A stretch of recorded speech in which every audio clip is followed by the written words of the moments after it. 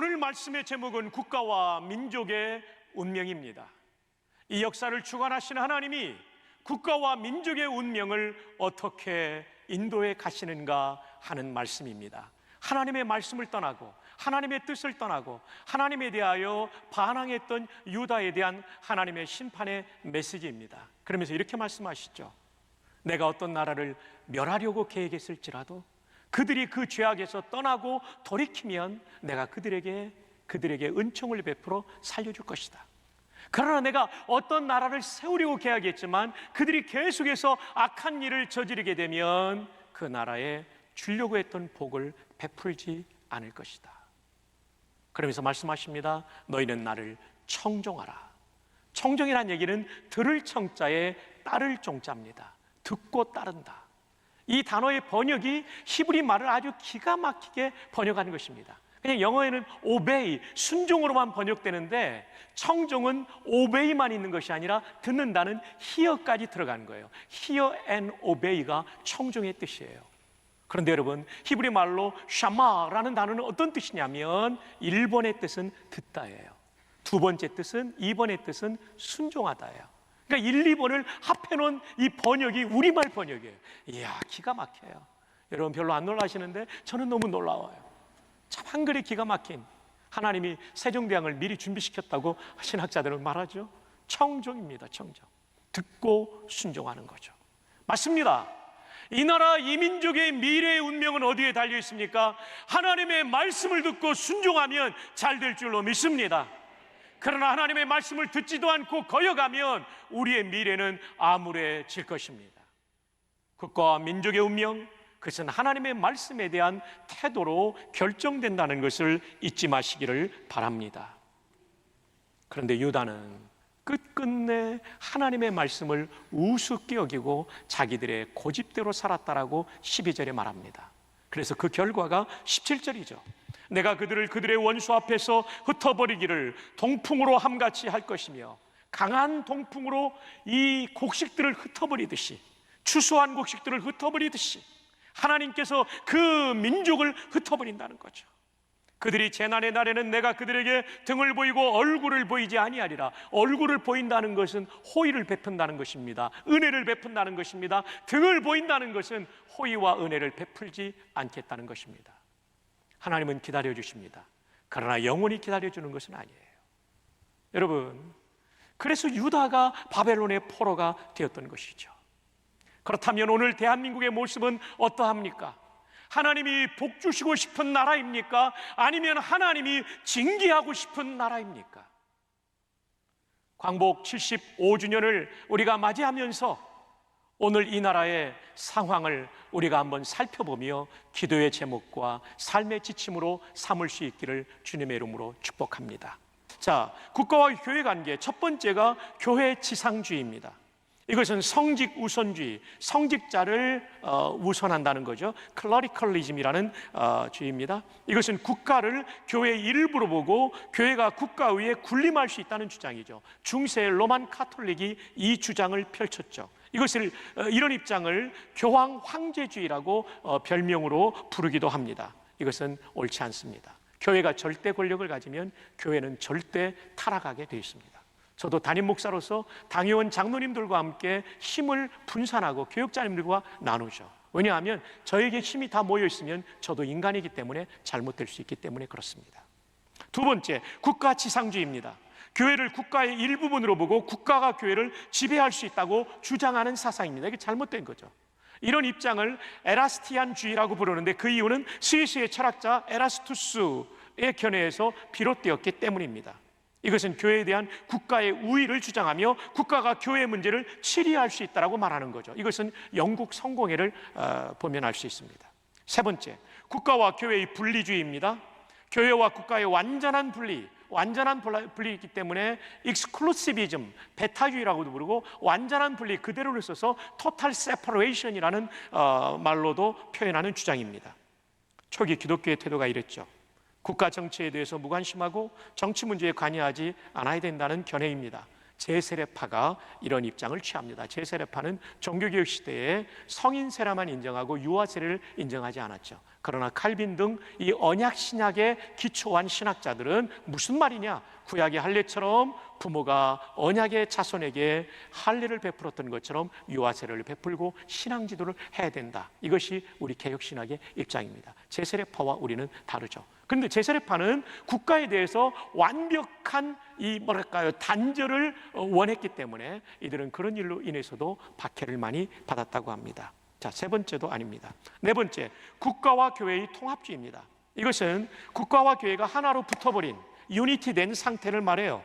4세기 이후 기독교가 로마 제국의 국교가 된 구조입니다. 이런 형태를 가장 극렬하게 반대한 그룹이 조금 전에 말씀드린 제세례파, 아나베프티스트, 아나는 다시라는 헬라어 전치사입니다. 제세례파입니다. 이런 형태는 문제가 뭐냐면 국교화가 되면 세속화가 이루어집니다. 그래서 누구나 다 교회 안으로 들어오다 보니까 믿음의 사람이 아닌 사람들 들어오면서 교회가 급격하게 세속화된 거죠.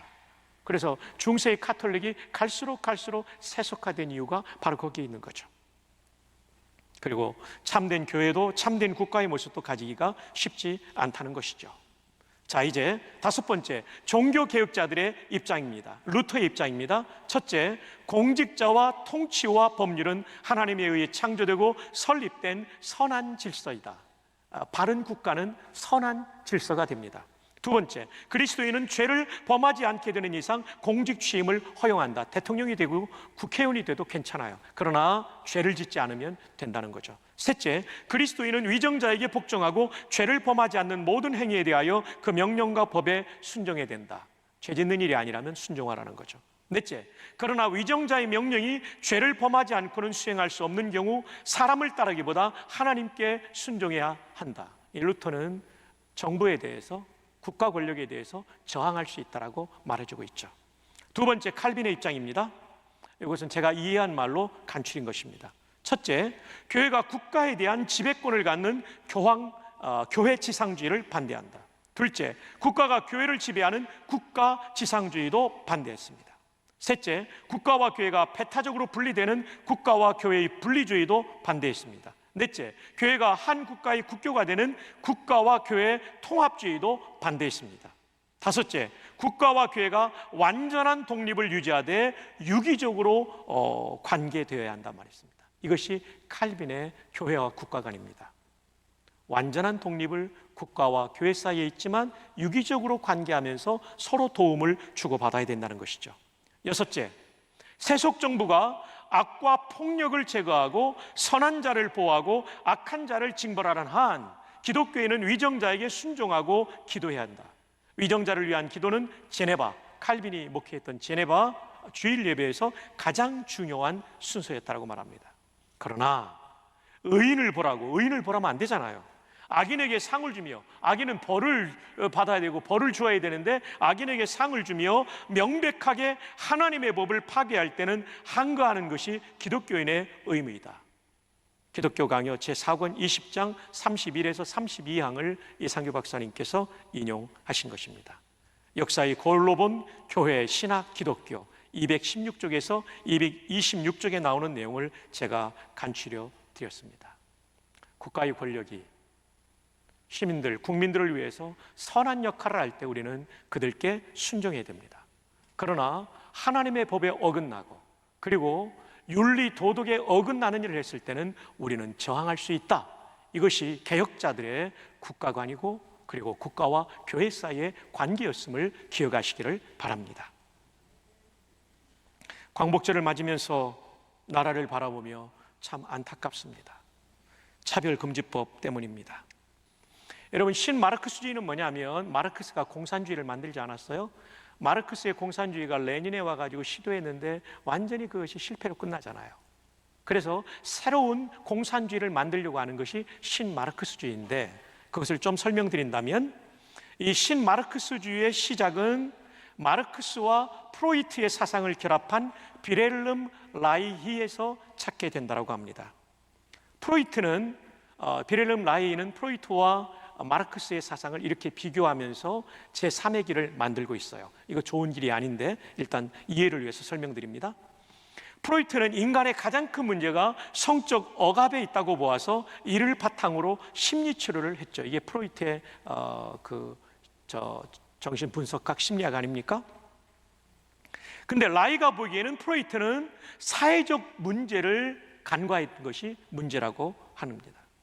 반면 마르크스는 사회 문제에 대한 분석은 탁월하게 수행했지만 인간에 대한 분석을 프로이트처럼 하지 못했다는 거죠.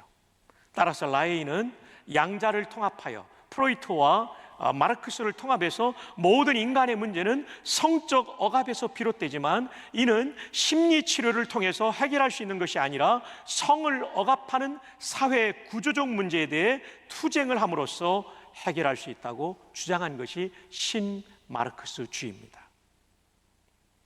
라이는 이 신마르크스주의를 주장한 라이는 일부 일처제가 성적 억압의 가장 큰 원흉이라고 보고 이에 저항하면서 성도덕 자체를 분쇄해야 한다는 파격적인 주장을 펼칩니다. 그래서 신마르크스주의에 빠진 사람들은요 성적 일탈을 많이 일으키게 되는 것이죠.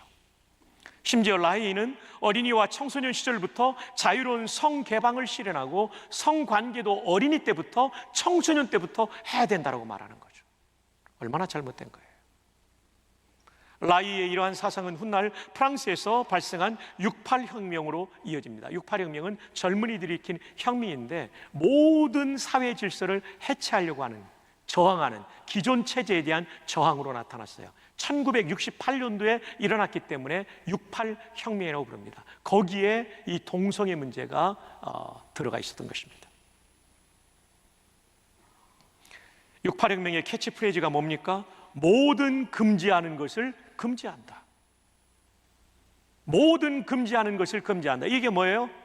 결국은 기존의 체제를 무너뜨리겠다는 것이 그들의 의도였던 거죠.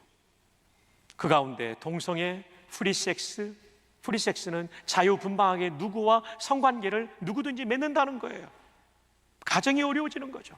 이혼이 일어나는 거죠. 부도덕한 삶이 사회에 만연하게 되는 거죠. 이게 신마르크스주의의 실체입니다. 68혁명 때 이것이 폭발했던 거죠. 유럽의 타락이 그때 엄청나게 일어난 것입니다. 환광물질, 체험 등을 통한 성해방을 촉구하는 혁명의 물결이 전 세계로 퍼져나가게 된 것이죠. 동성애 정치 투쟁의 또 하나 중요한 인물은 주디스 버틀러인데 그는 이 생물학적 성을, 섹스를 젠더가 규정할 수 있다는 퀴어 이론을 제창했습니다. 이게 무슨 말이냐면요, 저와 여러분은 태어날 때부터 남성, 여성이 구별되잖아요. 근데 젠더라는 건 뭐냐면 내가 남자긴 하지만 여성성이 많다고 느끼면 자기를 여성이라고 표현하는 게 젠더 이론입니다. 이거는요 창조 질서의 위반입니다. 우리는 어머님의 몸속에서 난자와 정자가 만날 때부터 남자와 여자로 완전히 우리는 구분된 사람들입니다. 왜냐하면 사람에게는 23개의 염색체가 있는데 22개는 남자와 여자가 똑같지만 23번째 염색체가 다른 것입니다. 어머니의 난자는 모두가 X 염색체죠. 근데 아버지의 정자에는 X 아니면 Y가 있는데 Y가 만나면 남자가 되고 X가 만나면 여자가 되는 거예요.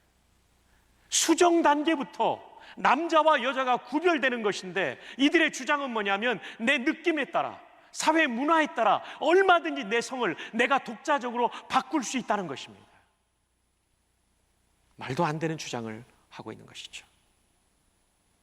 자신이 생물학적으로 남자지만 여자라고 느끼면 여자가 될 수 있고 생물학적으로 자신이 여자지만 남자로 느끼면 남자가 될 수 있다는 이론이 바로 이 퀴어 이론이 되는 것입니다. 퀴어라는 단어가 좋은 뜻이 아니고 기괴하다라는 뜻이 있어요. 진짜 기괴한 이론이죠. 말도 안 되는 이론이죠. 이것이 좀 이어지는 것이 성주류화 운동으로 이어지게 됩니다. 성주류화라는 건 뭐냐면 영어로 젠더 메인스트리밍, 이 성이 메인스트림, 주류, 지류가 아니라 큰 물줄기를 만들어야 된다는 것입니다. 그래서 모든 문제에 젠더 이론을 대입해가지고 이 세상을 바꿔야 된다는 것이 성주류화 운동입니다. 얼마나 무서운 것입니까? 성주류화 운동에 대해서 전 아시아연합신학대학교 교수이신 이동주 박사님이 이런 얘기했어요. 성주류화 운동의 실체는 인간의 성과 젠더가, 이 젠더가 이데올로기를 이용한 신마르크스주의의 세계 정복 운동이다라고 정의해 놓았습니다. 동성애를 주장하는 많은 사람들이 신좌파라는 것을 우리는 분별해야 된다는 것입니다. 인간의 성을 생물학적 성, 영어로 옮기면 섹스라고 하죠. 그것이 아니라 젠더라는 얘기는 뭐냐면 얼마든지 내 느낌대로 성을 바꿀 수 있다는 것이 젠더의 개념입니다. 제가 얼마 전에 뉴스 보다가 우리 정부의 여성가족부라고 있죠. 여성가족부 편말을 보고 깜짝 놀랐어요. 미니스트리가 어떤 정부의 부처라는 뜻이죠. of gender equality, 성평등이에요. 근데 이 성은 남성과 여성이 아니라 트랜스젠더, 성을 바꿔버린 사람까지 들어가는 거예요. 이상한 성까지 다 들어가는 거예요. 분명히 신체는 남성인데 자기는 여성이라고 생각하는 이상한 사람까지 이퀄리티, 평등을 주는 부서가 되겠다는 거예요. 사실은 젠더 이퀄리티라는 영어를 쓰면 안 되고요. 여성가족부는요, female, ministry of female and family로 써야 되는 거 아닙니까? 정부 기관의 이름을 이렇게 썼다는 것은 누가 만든지는 모르지만 의도가 있다는 것입니다. 여성가족부가 이런 이상한 성적 정책을 펼쳐가겠다는 의도가 영어 이름 속에 담겨 있다고 저는 느끼게 되었습니다. 자, 이분들은 어떤 문제를 일으킵니까? 차별금지법을 반대하고 동성애를 반대하면 혐오 집단으로 교회를 몰아가고 성도들을 그렇게 몰아갑니다. 표현의 자유를 막는 거예요. 사실은 좌파들이 늘 주장했던 게 뭐냐면 표현의 자유 아닙니까? 근데 이들은 지금 표현의 자유를 억압하고 있는 역차별의 길을 걸어가고 있는 것이죠. 한국의 좌파는 크게 두 가지입니다. 제가 이런 소개는 처음 하는데요. 사회주의를 추구하는 PD 계열이 있어요. PD 계열. 이 PD가 뭐냐면요, People's Democracy, 인민민주주의라는 거예요. 계급혁명 세력, 이것이 PD 계열입니다. 지금 저의 또래를 비롯한 저보다 나이가 좀 더 많은 분과 더 어린 분들에게도 이런 PD 계열의 영향을 받는 분들이 적지 않다는 것입니다. 참 안타까운 거죠. 대학생 때 물든 겁니다. 70년대, 80년대. 또 북한의 주체 사상을 추종하는 NL 계열이 있습니다. NL이 뭡니까? National Liberation, 민족 해방 운동이라는 거예요. 민족 해방을 어떻게 한다? 김일성 주체 사상으로 한다는 거예요. 이미 실패한 체제의 것을 아직까지 붙잡고 있는, 그 망령을 아직도 붙잡고 있는 사람들이 우리 사회에 있다는 것입니다. 그리고 사회 각 분야에 영향을 끼치고 있다는 것입니다. 이들은 모두 성해방의 기치를, 또 가치를 도입하는 경향을 보이고 있어 문제가 되고 있습니다. 이정훈 교수는 한국교회가 이 책의 마지막에 그런 얘기를 하죠. 한국교회가 신마르크스주의자들의, 신좌파주의자들의 성해방 운동을 강력하게 비판하며 저지하라고 요청하고 있는 것이 바로 이 책입니다. 한번 꼭 읽어보시기를 바랍니다. 이 차별금지법이 통과되면 교회의 해체가 목표고 사회의 해체가 목표예요. 그래서 이제까지 우리가 누려왔던 자유민주주의와 시장경제를 해체하는 것입니다. 사회주의로 바꾸는 거예요. 이게 궁극적인 목적이에요. 당장이 아니라 이것이 지향점이고 목적이에요.